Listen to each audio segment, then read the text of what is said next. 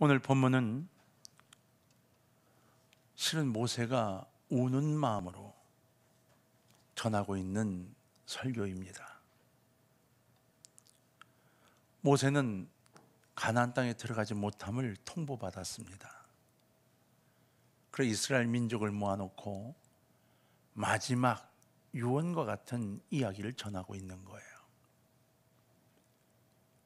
긴 설교를 지금 신명기 속에 담고 있어요. 왜냐하면 그동안 모세와 함께 했던 수많은 기적의 역사들을 지금 이곳에 있는 사람들은 모르거든요. 주 앞에 범죄함으로 다 죽고 새로운 세대가 남아있는 거예요. 홍해를 겪었던 이들도 없습니다. 출애굽의 10가지의 재앙도 기억하는 이가 없습니다. 그냥 전에 들었을 뿐인 거예요. 그 가운데 이제 요단강을 앞에 두고 모세가 간절한 마음으로 이스라엘 백성들에게 정말로 하나님의 축복을 받기 위해 하나님의 자녀가 되는 삶을 위해 이렇게 해야 된다고 가르치고 있어요. 그 중에 감사에 대한 이 이야기를 오늘 절박하게 하고 있는 겁니다. 2절에 보면 그 토지 모든 소산의 만물을 거둔 후에 것을 가져다가 이렇게 말씀하셨고, 5절에 너는 또 네 하나님 여호와 앞에 아뢰기를 이라고 했어요. 추수 감사 예물을 하나님께 드리고 무엇이 감사하다고 아뢰라는 명령이 이곳에 쭉 기록이 되어 있습니다. 감사해도 되고 안 해도 되는데 하는 것이 나으니까 한번 해보지 그래, 이렇게 권하는 게 아니에요. 감사는 하나님의 백성들이 반드시 해야 할 일이라고 가르치고 있는 겁니다. 여기 좀 모순이 있지 않냐고요? 왼손이 하는 것 오른손이 모르게 해라 했는데 뭐 이렇게 하나님이 감사에 대해 바치냐고요? 하나님이 감사를 받고 싶어서 그러냐고요? 아니에요. 감사를 하도록 하시는 이유가 있어요. 바로 감사는 이들이 살아갈 삶에 대한 축복 때문이었던 거예요. 하나님이 감사를 받고 싶어서가 아니라 그러한 중심을 갖고 살아가는 이들에게 더 많은 것들을 주시기 위한 계획 때문이었다는 겁니다. 여러분, 하나님 우리에게 정말 축복을 하셔서 자녀의 복을 주셨어요. 그 자녀들이 한 집에 한 5, 6명 쫙 이렇게 자라는 거예요. 아, 요즘은 그게 축복이 아닌가요? 여러분, 자녀들이 여럿이 있어서 아이고 이 아이만, 그런데 내가 양육을 잘못한 거예요. 애들이 어릴 땐 참 이쁘게 잘 컸는데 이것들이 자라면서 점점 못되게 돼가는 거예요. 그 애들을 막 때리게 되고 막 화내게 되고 점점 애들이 엇나가는 거예요. 고등학교쯤 되니까 이 아이들이 없었으면 좋겠는 거예요. 그렇다면 처음에는 축복으로 받은 이 자식들이 축복이 안 되는 거예요. 저주의 대상이 되는 거죠. 부모의 마음에 이 자식으로 인해 불평과 원망이 쌓인다면 그 자식들은 저주가 되는 거죠. 그런데 여러분, 렘브란트가 그린 그 엠마의 저녁 식사라는 그 작품이 있어요. 그 렘브란트의 엠마의 저녁 식사 한번 여러분 나중에 찾아보시기 바랍니다. 아니면 지금 찾을 수 있으면 찾으셔서 아무 때고 한번 슥 띄었다 내리셔도 돼요. 근데 이 그림을 보면 렘브란트가 이 그림을 그렸는데 똑같은 그림을 11가지로 그렸다는 거예요. 느낌에 따라, 자신의 신앙에 따라 색상을 바꿔가며 그렸대요. 가장 어둡고 가장 밝은 그림을 비교해 보면 분위기가 아주 달라요. 그런데 어쨌든 그 그림에 보면 예수님과 엠마의 두 제자가 식탁에 앉아 있는데 그 식탁 위에 있는 것이 우리 여기 사투리로 꼴랑 스프 하나와 빵 조각 하나를 딱 그려놓은 거예요. 얼마나 쓸쓸하고 얼마나 가난한 식탁이에요. 그런데요, 그 비슷하게 예수님이 빵을 들고 기도하시는 거예요. 우리는 그 다음 어떻게 됐는지 알지요? 그 엠마오의 저녁 식사는 예수님의 기도 후에 낭만과 좌절 속에 고향을 향해 가고 있던 두 제자가 꿈과 소망을 갖고 다시 예루살렘으로 뛰어들어가게 만드는 그 획기적인 기점의 그림이었거든요. 여러분,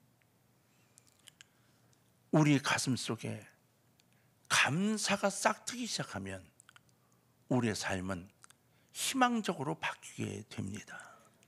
그러나 감사를 잃어버리고 살면 희망이 다 무너지고 마는 겁니다. 자식을 키우면서 아유, 이 자식은 말이야 라고 계속 절망과 저주의 상태를 만들어 놓으면 내게 기쁨은 없습니다. 그러나 하나님, 이 아이를 통하여 우리에게 어떤 역사를 하실 건가요? 이 아이를 통하여 하나님 어떻게 사용하실 건가를 꿈꾸고 기도하면 그 감사로 그 자녀는 놀라운 하나님의 일꾼으로 변해 갑니다. 여러분, 감사는 축복을 여는 열쇠입니다. 하나님께서는 이 소중한 열쇠를 주시기 위해서 우리에게 감사하라고 명령을 하고 계신 거예요. 이 명령을 부탁으로 받지 말고 명령으로 받으시는 여러분 되길 주의 이름으로 축원합니다. 감사는 해야만 하는 겁니다. 그럼 무엇을 감사하며 살까요? 모세는 본문에서 세 가지 감사를 명령했어요. 첫째, 응답받고 그 응답에 대해 감사라는 거예요. 응답받고 드리는 감사에 대해 명령했어요. 이스라엘 백성들이 40년 동안 광야 생활을 했습니다. 농사도 짓지 못했어요. 목축도 하지 못했지요. 무슨 노예가 무슨 놈의 목축과 그 농사를 짓겠어요. 하나님께서는 가나안 땅에 들어가게 되면 농사를 짓게 될 것인데 라고 말씀하고 있는 거예요. 가서 농사를 짓게 될 거야. 지금 우리는 농사 짓지 못하지? 근데 내가 이제 너희를 헤어질 건데 가나안 땅에 들어가게 되면 농사를 짓게 될 거야. 짓게 되거들랑 첫 번째 수확한 곡물을 하나님께 드리며 감사하라고 명령하고 계시는 거예요. 아직 시작도 안 된 일이에요. 근데 모세는 그때 내가 없을 거야. 그러니까 너무 염려가 돼. 니들이 정말로 복 받고 싶거들랑. 그 예물을 가지고 가장 좋은 것을 챙겨 그 만물을 가지고 감사해라고 명령하고 있는 거예요. 간절히 기도하며 농사를 지을 것 아니에요. 추수 때가 되어 곡식을 거둬들이면 제일 먼저 감사부터 하라고 모세는 강력하게 가르치고 있는 겁니다. 제일 먼저 거둬들인 곡식을 들고 제사장에 가서 감사 제사를 드리라는 거예요. 그 이야기를 얼마나 절실하게 오늘 본문 속에 설명하고 있는지 모릅니다. 우리가 하나님 앞에 간절히 기도해야 할 일이 얼마나 많았습니까? 여러분, 정말 주님 이것을 이루어달라고 기도한 것이 얼마나 많았나요? 아이를 출산할 때 하나님 제발 제발이라고 기도하지 않았습니까? 아이들을 키우며 그렇게 기도하지 않습니까? 사업을 하며 직장에서 그렇게 기도하지 않았습니까? 그리고 얼마나 도와달라는 소리를 많이 했습니까? 그리고 얼마나 많은 도움을 받고 얼마나 많은 응답을 받았습니까? 그런데 여러분, 가슴 속에서 우러나오는 진정한 감사를 드린 경험은 몇 번이나 됩니까? 제가 언제 한번 이런 이야기를 들었어요. 아이가 직장에 취직을 했는데 취직을 하는데 누가 힘을 좀 써줬다고 인사를 간다는 거예요. 인사를 간다면서 이것저것 준비를 하는데 다녀와서 이렇게 얘기를 하더라고요. 아이고, 고맙다고 인사하면서 돈이 좀 들었다는 거예요. 그 봉투에다가 자그마치 100만 원을 집어넣고 소고기 세트를 가지고, 그것도 아주 유명한 백화점의 소고기 세트를 가지고 가서 그걸 전달해 주었다는 거예요. 취직해서 고맙다고. 그러면서 아유, 이제 그래도 취직이 됐으니 감사하지요, 이렇게 이야기를 하셔요. 제가 참 못된 버릇이 발동이 됐어요. 취직 시험을 보고 하는 과정 속에 기도했어요, 주사님? 아유, 기도했죠. 기도 부탁도 하시고요. 그럼요. 아, 예. 감사한 거면 하셨어요? 그럼요. 내가 뭐라고 물었을 것 같아요? 얼마 하셨어요? 이렇게 물었어요. 이야기할 필요는 없지만 도와줬던 그분에게 했던 그 액수보다 더 많이 하셨습니까? 중보기도 부탁하신 분들에게 고맙다고 자그마한 선물이라도 하셨습니까? 안 하셨어요? 그러면 집사님은 아들 아무개가 취직한 것은 그분 덕이었고 그냥 하나님과 여기 기도 이거는 그냥이었네요. 이렇게 대답한 적이 있어요. 전 마음이 아팠어요. 참 믿음이 좋은 집사님이었다고 소문이 나 있고 학생회 교사들 중에 임원이었어요. 그분이 학생들이 무엇을 가르치는지를 모르겠어요.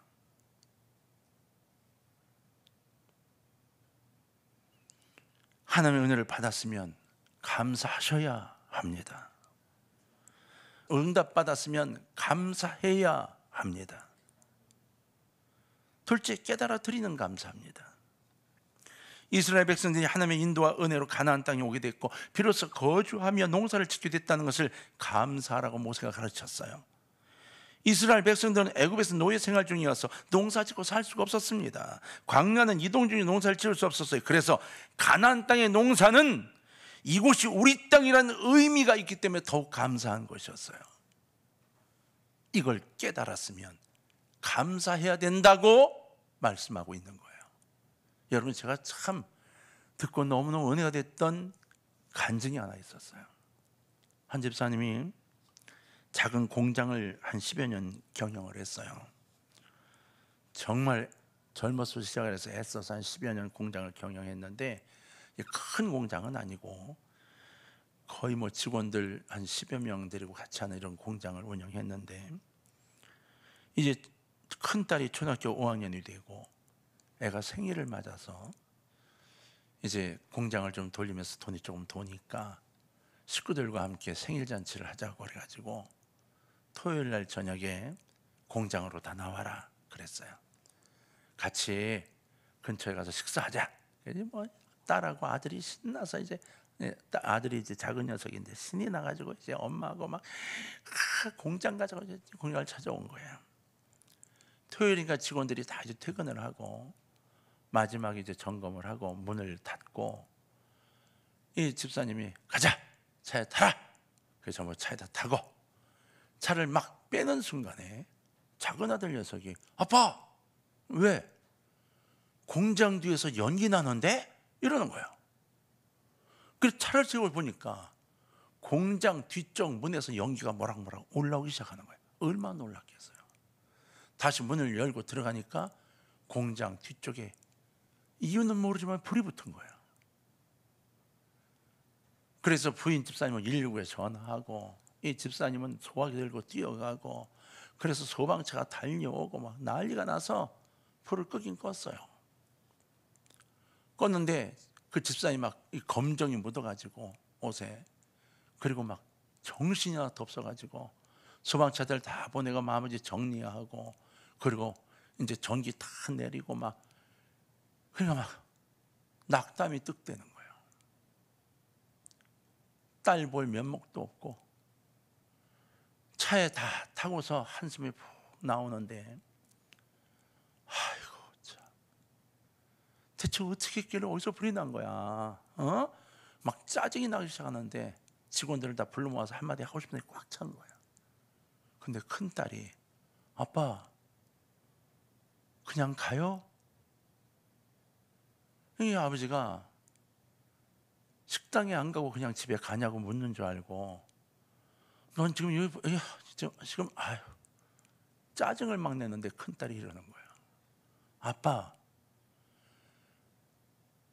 얘가 불난 거 발견하고 불 껐는데 하나님께 감사기도 안 하고 그냥 가요? 이거 발견 못하고 우리가 좀 일찍 출발했으면 우리 아빠 거지 되는 거잖아요. 이렇게 말을 하더라는 거예요. 5학년짜리가 깜짝 놀란 거예요 그때. 그리고는 왜 식구들이 여기에 나오도록 이야기를 했는지, 그리고 마무리하고 식구들로 이야기하고 정리하다 좀 늦게 출발했는지를 이때야 깨달은 거예요.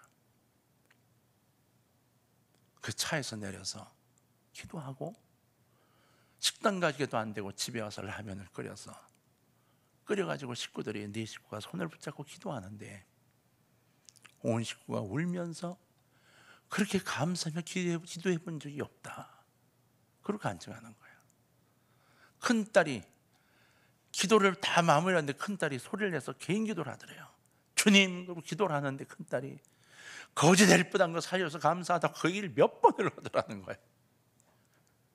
엄마도 울고 자기도 울고 정말로 감사했다고. 기준이 어딘가요? 믿음으로 보는 시야의 차이입니다. 이 딸은 깨달은 거죠. 왜 굳이 아빠 회사에 나오라고 아빠가 이야기를 했을까? 하나님 뜻이라고 깨달은 거예요. 세 번째는 믿음으로 미리 드리는 감사입니다. 앞으로 늘 함께 계시고 늘 지켜줄 것을 믿고 감사라는 겁니다. 사실 이스라엘 백성들이 가나안 땅에서 농사를 짓고 있지만 그 땅에서 하루아침에 쫓겨난 원주민들이 가만히 있겠어요? 계속 덤비겠죠. 여러분, 사사기에 보면 무려 200년 동안을 계속 전쟁을 걸어옵니다. 그럼에도 불구하고 이 피곤한 싸움이 계속돼야만 했음에도 불구하고, 그리고 그렇게 될 것임에도 불구하고 지금 미리 감사라고 가르친 거예요. 정말 올바른 감사는 믿음으로 미리 하나님께 드리는 감사입니다. 미리 믿고 감사하는 것은 가장 귀한 감사입니다. 이 감사는 걱정, 의심을 물리쳐 줍니다. 염려를 몰아내 줍니다. 감사되 미리 믿음으로 감사할 수 있기를 주의 이름으로 축원합니다. 진짜 믿음의 기도는 역사가 일어납니다. 미리 믿음으로 감사하는 거예요. 큰 세 번째는 삶으로 드리는 감사가 필요하다고 모세가 강조했어요. 모세가 이스라엘 백성들이 가르친 감사는 이 두 가지의 삶으로 구성이 돼요. 다시 말하면 삶 속에서 드리는 감사를 이야기하는데 두 가지의 삶이에요. 첫 번째는 감사한 마음을 행동으로 나타내는 겁니다. 2절에 보면 네 하나님 여호와께서 네게 주신 땅에서 그 토지의 모든 소산의 만물을 거둔 후에 그것을 가져다가 광주리에 담고 네 하나님 여호와께서 그의 이름을 두시려고 택하신 곳으로 그것을 가지고 가서, 이렇게 행동 하나하나를 다 가르쳤어요. 이렇게 하라고. 왜? 그 행동 하나하나에 감사가 묻어나야 하기 때문이었습니다.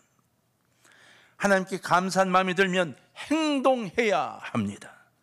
입을 열어 감사를 노래하고 주의 전에 나와 감사한 마음으로 예배를 드리고 최선을 다해 감사의 예물을 드리고 땀 흘려 주께 봉사해야 합니다. 감사는 구체적인 행동인 것입니다.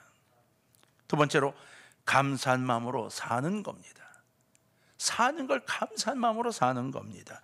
본문 11절에 보면 네 하나님 여호와께서 너와 네 집에 주신 모든 복으로 말미암아 너는 레위인과 너희 가운데서 거류하는 객과 함께 즐거워할지니라고 했습니다. 여러분, 레위인과 객이 누군가요? 레위인은 땅을 분배받지 못한 지파입니다. 객은 지금 와서 그냥 신세를 지고 있는 사람이에요. 그런데 내 소유를 가지고 그 레위인들과 객을 위해 기뻐하라는 거예요. 나누라는 거예요. 내가 소유가 생기면, 내게 복을 받아 이것이 생겼으면 레위 지파와 내 집에서 지금 더부세례하고 있는 그 사람을 위해 나누며 기뻐하라고 가르치고 있는 거예요. 성경은 그들과 함께 즐거워하라고 가르치고 있는 겁니다. 여러 가지 의미가 있죠. 그들과 소득을 나누라는 이야기예요. 정말 하나님의 축복이라고 생각하는 사람들, 내 삶이 축복이라고 생각하는 사람들은 그 축복을 나눌 줄 아는 사람입니다. 그 축복 가지고 나 혼자 누리고 나 혼자 귀한 거 타고 귀한 더 비싼 거 사고 더 비싼 집으로 옮겨가는 것보다 나눌 줄 아는 사람인 거예요. 하나님께 복을 받은 사람들은 그 복을 관리해야 할 책임이 우리에게 있습니다. 우리 교회가 하나님의 축복 가운데 풍성한 삶을 누릴 수 있도록 주신 축복들을 받고 살아요. 여러분, 우리가 누리는 것보다 나누는 것이 더 큰 축복의 의미임을 기억하시기를 바랍니다. 자기가 받은 복 때문에 모두가 함께 즐거워할 수 있도록 해야 하는 것, 이것이 하나님의 뜻인 거죠. 그리고 감사를 고백하며 사는 것, 이것이 우리 삶 속에 드러나는 또 하나의 감사인 거예요. 임마누엘이 하나님께서 함께 해주셔서 내가 이렇게 되었다고 간증하고 알리라는 겁니다. 임마누엘이 하나님이 나와 함께 하시니까 이렇게 복을 받고 살고 있어요 라고 외치는 거예요. 여러분, 시골에서 목회를 하는데 다들 어렵죠. 다들 어렵습니다. 그런데 집 앞에 요만한 텃밭에 심어놓은 걸 그걸 들고 와가지고 우리를 주면서 오늘 저 추수한 거라고 들고 오셨어요. 아이고 집사님, 이거 뭐 얼마 심지도 안 했을 건데, 아이고 아니라고 하면서 뭐라고 하냐면, 아이고 아주 잘 자라가지고 하나님이 그냥 비료도 안 줬는데 하나님이 비료를 주셨는지 얼마나 잘 자라가지고 들고 오셨어요.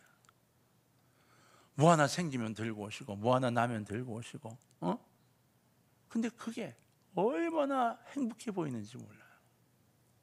우리도 얼마나 감사한지 몰라요. 여러분, 움켜잡고 살아가는 것이요, 기쁨을 줄입니다. 나누시기를 바랍니다. 하나님이 역사하셔서 이렇게 되었다고 자꾸 간증하는 거예요. 하나님 우리와 함께 하셔서 이렇게 됐다고 자꾸 간증하는 거예요. 잊지 마십시오.